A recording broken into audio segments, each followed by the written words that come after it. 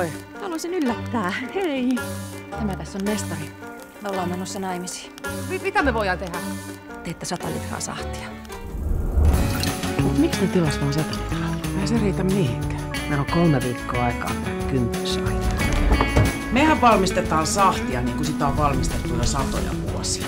Välineet on parantunut, mutta itse sahti on sama, jota on juotu jo keskellä. Pääsisikö sitä maistamaan?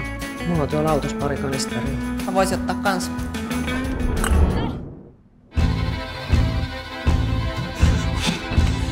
Ei jumalauta. Vittu, me ollaan juotu ne kaikki. Eihän me voida mennä sinne ilman sahtia.